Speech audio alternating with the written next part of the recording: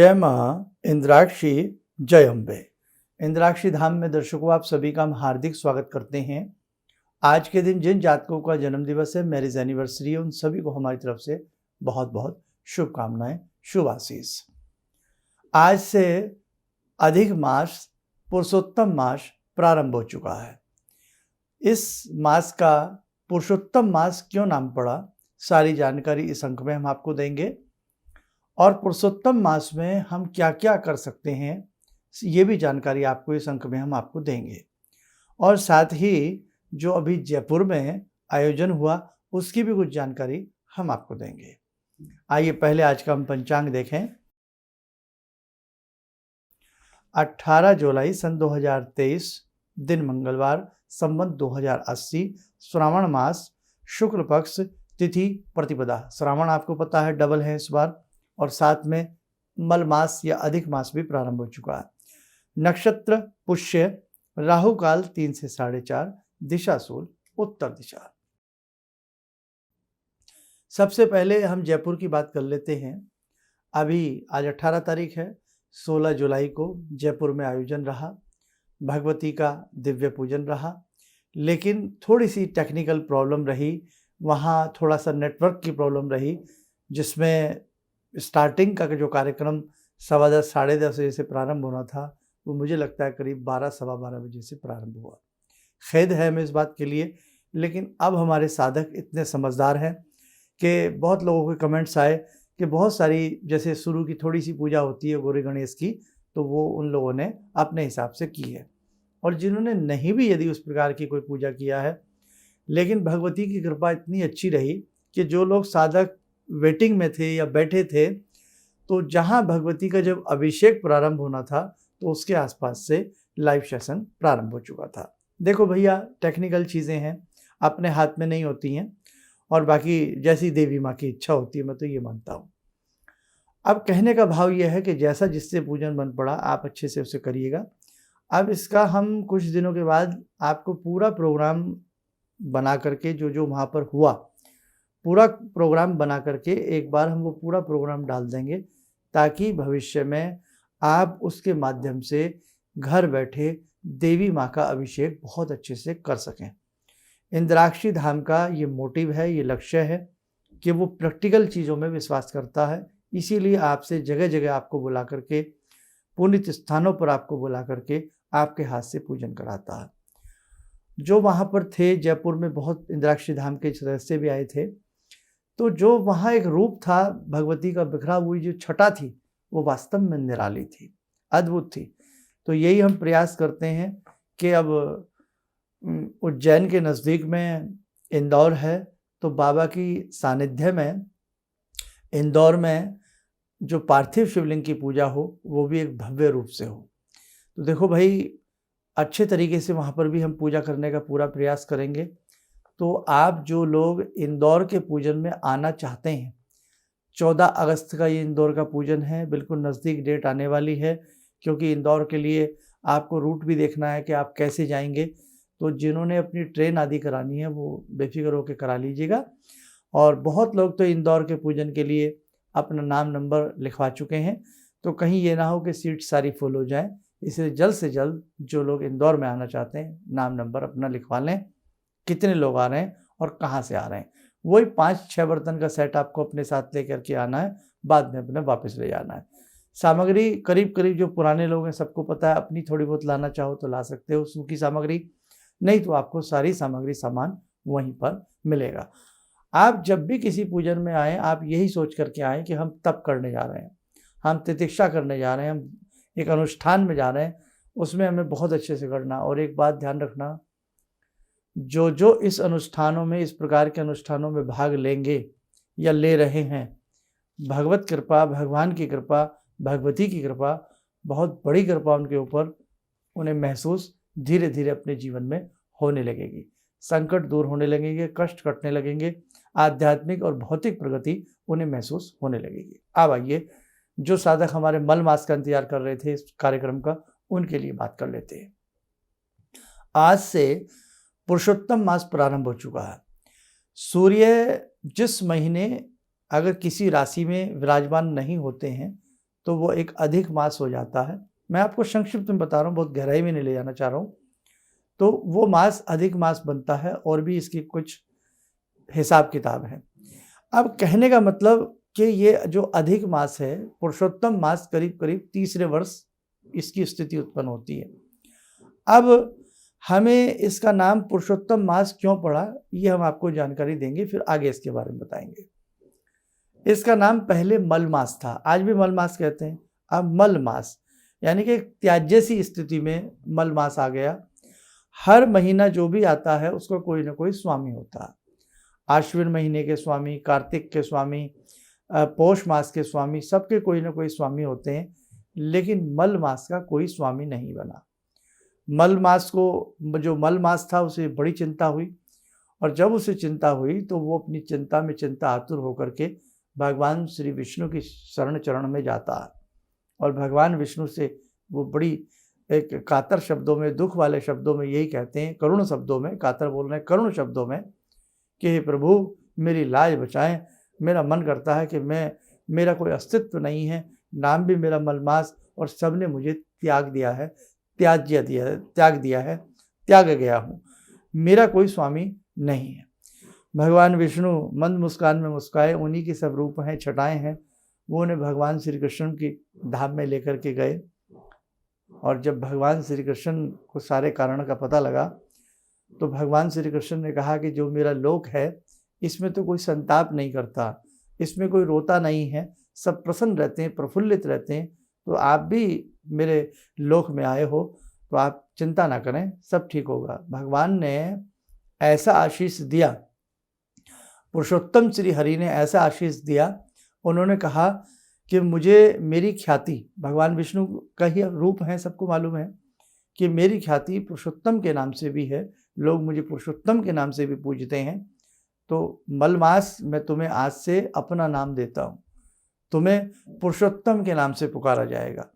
और जो भी साधक साधिकाएं पुरुषोत्तम के मास में यज्ञ, जप, पूजा आदि करेंगे तो उन्हें मेरी श्री हरि की, केशव जी की, यानी कि मेरी, भगवान विष्णु की, सबकी उन्हें कृपा प्राप्त होगी।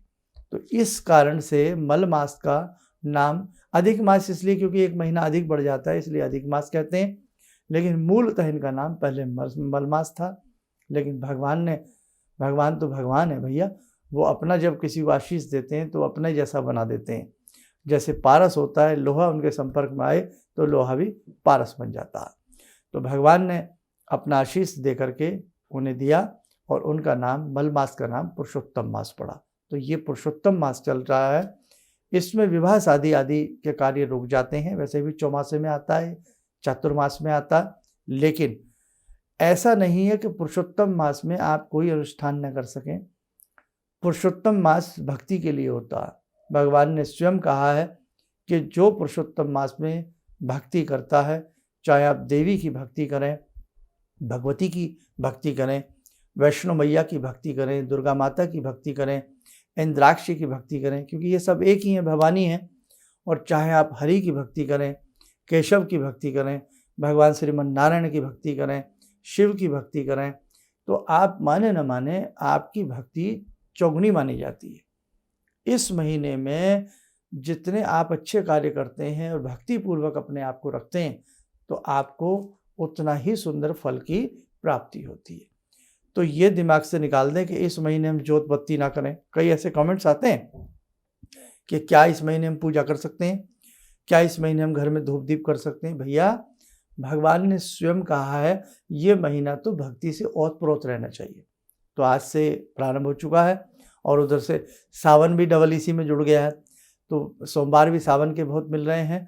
तो अच्छे से जितना आपसे बन सके इसमें आप किसी पुराण का अध्ययन कर सकते हैं, इसमें आप शिव पुराण पूरा पढ़ सकते हैं, इसमें आप श्रीमद् भागवत गीता पूरी अपने हिसाब से पढ़ सकते हैं, रामायण जी का पाठ कर सकते हैं। और गायत्री मंत्र तो ब्रह्म विद्या का मंत्र है, ब्रह्मास्त्र कहलाता है। तो गायत्री साधने से सभी कुछ सधने लगता है। तो आप गायत्री मंत्र बहुत अच्छे से अपने हिसाब से अपने गुरुदेव से प्रणाम करके और गायत्री मंत्र बहुत अच्छे से जपिए। भगवान शिव की भक्ति बहुत इस महीने में फल प्रदान करने वाली होती है, और ऊपर से पुरुषोत्तम का महीना हो तो सोने पर सुहागा हो जाता है। इंद्राक्षी धाम से जितने भी साधक जुड़े हैं या दीक्षित हैं, वो अधिक से अधिक इस महीने में भवानी की भक्ति करें। जब भवानी की भक्ति आप करते हैं तो ब्रह्मा विष्णु महेश भी आपसे प्रसन्न रहते हैं। ध्यान रखना, अधिक से अधिक माँ भवानी की शक्ति की भक्ति कीजिएगा। और ऊपर से आप जिस मंत्र की भी साधना करते हैं वो करिए। दुर्गा सप्तशती पढ़ना चाहते हैं बहुत अच्छे से उसका अध्याय पढ़िएगा। रुद्राभिषेक नमक चमक विधि से जैसे भी है आपको अच्छा लगे उसे बहुत अच्छे से कीजिएगा। कृष्णाय वासुदेवाय हरे परमात्मने प्रणत क्लेश नाशाय गोविंदाय नमो नमः। ओम क्लीं कृष्णाय नमः। ओम नमः भगवते वासुदेवाय नमः। ऐसे सुंदर सुंदर मंत्र भगवान श्री हरि के, केशव के, त्रिपुराण त्रिकारी, बहुत सारे ऐसे अच्छे अच्छे मंत्र हैं जो भी आपकी जिह्वा पर कसा जा सके इस पूरे महीने, चाहे ऐजपा जब भी आप करिएगा, चलते फिरते उठते बैठते, जितना आपसे बन सके उतना आप लोग करने का प्रयास करें। ठीक है, सारी बातें समझ आ गई हैं। तो पुरुषोत्तम मास का महीना प्रारंभ हुआ है। आइए जुड़ते हैं आज की ध्यान साधना में भगवान श्री कृष्ण से।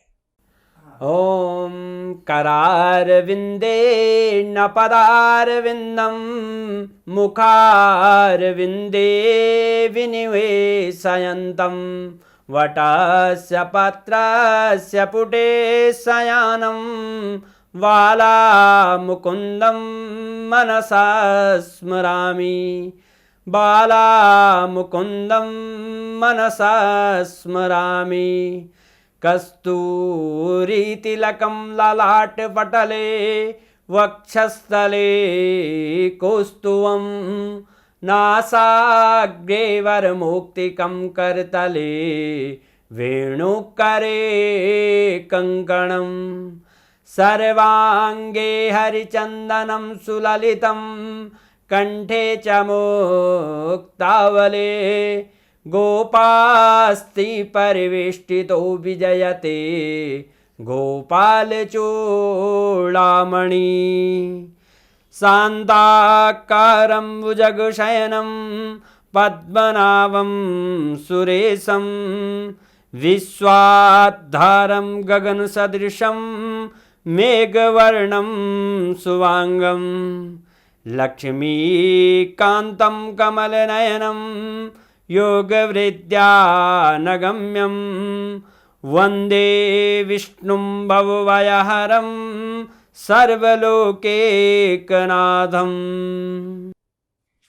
कवच बना लें, ध्यान करें, श्री हरि की कृपा हम सबके ऊपर बरस रही है।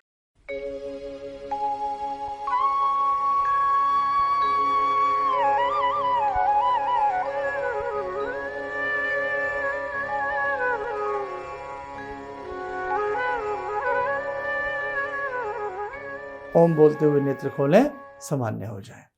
देखो साधको, जितना प्रभु का स्मरण इन महीनों में आप कर लोगे तो आपकी साधना में 4 चांद लगेंगे।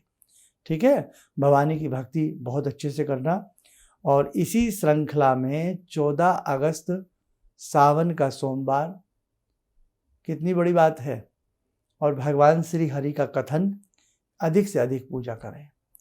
तो 14 अगस्त के लिए अभी से, और दिन बहुत अच्छा है। सावन का सोमवार तो बड़ा मुश्किल से प्राप्त होता है, और वो भी पार्थिव शिवलिंग पूजन वहाँ होने जा रहा है। तो जो भी अपना नाम नंबर लिखाना चाहते हैं, अधिक से अधिक संख्या में आप लोग लिखवाने का प्रयास करें। और हमारे ऐसे बहुत साधक थे जो जयपुर में आने का प्रयास कर रहे थे, लेकिन सीट सारी फुल हो चुकी थी, तो हमारी मजबूरी होती है। इसीलिए कहीं इंदौर में भी ऐसा ना हो कि सारी सीटें फुल हो जाएं और आप वंचित रह जाएं। तो अपनी सीट सुरक्षित अवश्य करा लें। और बाकी आगे की आगामी जानकारियां जो होंगी वो हम आप सबको बताते रहेंगे। और बहुत लोगों का मन है कि हम भी अपने शहर में इंद्राक्षी धाम की ओर से तत्वाधान में विशेष प्रकार के आयोजन कराएं। तो बहुत लोगों से विचार विमर्श हमारा चल रहा है। तो अगर आप भी चाहते हैं तो उसके लिए आप हमारे संस्थान में संपर्क कर सकते हैं। आप स्वस्थ रहें, सुखी रहें। इन्हीं शुभकामनाओं के साथ हम अपनी वाणी को विराम देते हैं। जय जय अम्बे। मेरी बहुत दिन से दिली इच्छा थी कि आप जैसे कोई मुझे धर्मात्मा पर महापुरुष मिलें और मैं वहाँ जाके जुड़ के और देश समाज से के लिए कुछ कर पाऊँ।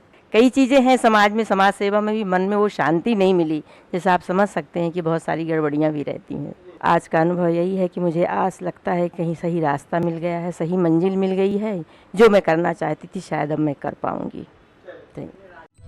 किसी भी समस्या के समाधान के लिए मिले प्रसिद्ध हस्तरेखा एवं वास्तु विशेषज्ञ प्रोफेसर धर्मेंद्र शर्मा जी से।